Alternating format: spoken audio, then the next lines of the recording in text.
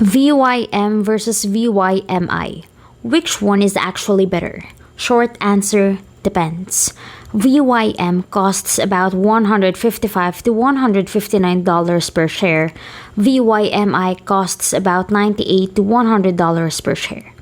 VYM wins if you want lower costs and US dividend stocks. VYMI wins if you want higher income and international diversification. Here's the full breakdown. Quick warning, these are investment funds and dividend payments and share prices can rise or fall over time. Here are the three things that actually matter about this product. 1. VYMI currently pays the higher dividend yield.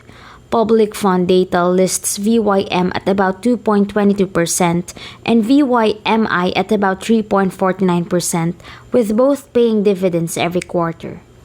2. Higher yield comes with a trade-off. VYM focuses on US companies and charges a 0.04% expense ratio. VYMI invests around the world, faces currency and foreign market risk, and charges 0.07%. 3. The surprise. Despite their names, neither fund aims for the absolute highest dividend stocks. Many investors are surprised that VYM's yield is closer to the broad market than to specialized high-income funds. Now let me show you a real-world use case. Imagine an investor building a retirement income portfolio.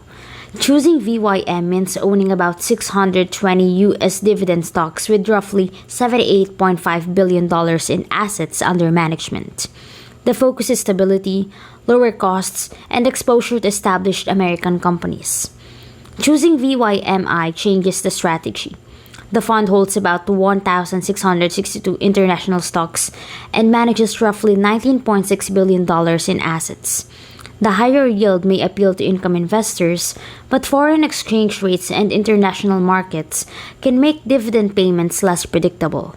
Investors should also remember that foreign withholding taxes may affect distributions depending on where they live. So which one is worth it? Depends. VYM works better for investors who want lower costs and US dividend exposure, while VYMI fits investors seeking higher income and global diversification. The better option is the one that fits your routine. That is the full breakdown.